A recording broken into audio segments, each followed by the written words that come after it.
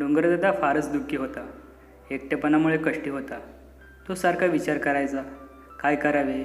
आपल्याला कुणाची सोबत नाही, संगत नाही, कोणी नाही बोलायला, कोणी नाही हसायला, कोणी नाही खेळायला. एकदा एक नवलाची गोष्ट घडली. एक छोटेसे रोपटे डोंगरदादाच्या कुशीतून हळूच वर आले. डोंगरदादापाशी उभे राहिले. टकमक टकमक पाहायला लागले. डोंगरदादाला जरा घाबरलेच, पण धीर करून डोंगरदादाला त्याने विचारले, डोंगरदादा राहू का मी इथं? मला देशील का तू आसरा? डोंगरदादाला खूप आनंद झाला. तो म्हणाला, वा वा, राहा खुशाल, तुझं इथं स्वागतच आहे. रोपटे डोंगरदादाच्या मांडीवर जाऊन बसले.